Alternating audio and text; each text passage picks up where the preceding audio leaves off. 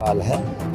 लगभग 2.5 लाख परीक्षार्थी सेकेंडरी में और 2.5 लाख यानी 2,50,000 परीक्षार्थी सीनियर सेकेंडरी में अपीयर होते हैं। इस बार मुझे यह बताकर बड़ा हर्ष हो रहा है कि हमारे यहाँ परीक्षार्थियों की संख्या 10वीं और 12वीं में कुल मिलाकर 60,000 परीक्षार्थी अतिरिक्त यानी मतलब संख्या हमारी बढ़ी है, जो साफ साफ यह इंडिकेटर है कि माननीय मुख्यमंत्री जी और माननीय शिक्षा मंत्री जी का जिस प्रकार से हरियाणा विद्यालय शिक्षा बोर्ड, हरियाणा के स्कूल और हरियाणा की शिक्षा के प्रति एक जो जीरो टॉलरेंस के साथ मतलब एक उनकी जो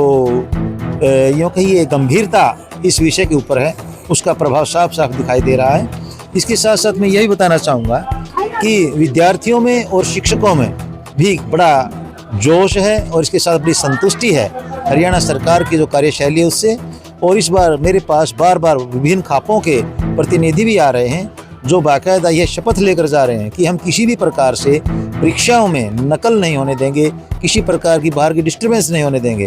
पिछले वर्ष की भांति जैसे पिछले वर्ष माननीय मुख्यमंत्री महोदय ने जिस प्रकार से शुरुआत में ये एक्शन लिया, डिस्ट्रिक्ट एडमिनिस्ट्रेशन ने जिस प्रकार से सहायता की,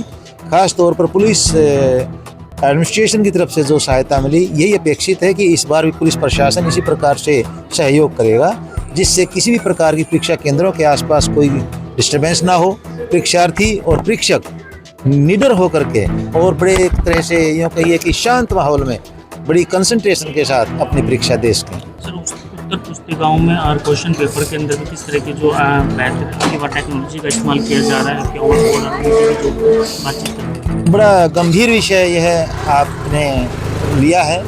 आजकल माननीय प्रधानमंत्री महोदय का सीधा कंसंट्रेशन डिजिटल और यूँ कहिए कि आईटी जो अपनी इंफॉर्मेशन टेक्नोलॉजी है उस पर है। जैसा कि आप और हम सभी जानते हैं, हर कहीं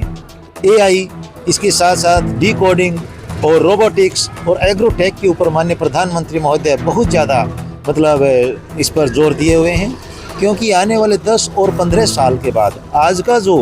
युवा है, सेकेंडरी सीनियर सेकेंडरी का जो विद्यार्थी है, 10 और 15 वर्ष के बाद जब वह समाज में आएगा तो उसके सामने एक ऐसा क्षेत्र खुला होगा जिसमें एआई, रोबोटिक्स और एग्रोटेक, इसके साथ डिकोडिंग का जो मतलब ज़माना आने वाला है, वहाँ उसको रोज़गार के अवसर होंगे। तो इन्हीं सभी बातों को ध्यान में रखते हुए टेक्नोलॉजी को सबसे ज़्यादा प्रमुखता दी गई है। जैसे आपको पता है पहले से ही alphanumeric code question papers में हमने यूज़ किया है, जिसकी वजह से क्वेश्चन पेपर का किसी प्रकार का लीक होने की कोई गुंजाइश नहीं, कोई मतलब संभावना नहीं होती है, क्योंकि हर कोई डरता है यदि एक भी पेपर लीक हो जाएगा ये पता चल जाएगा कि ये पेपर किसका था। उसी प्रकार से आंसर शीट्स को भी हम बार कोड के साथ इस बार लेकर आ रहे हैं, जिसका सबसे बड़ा फ़ायदा यह होगा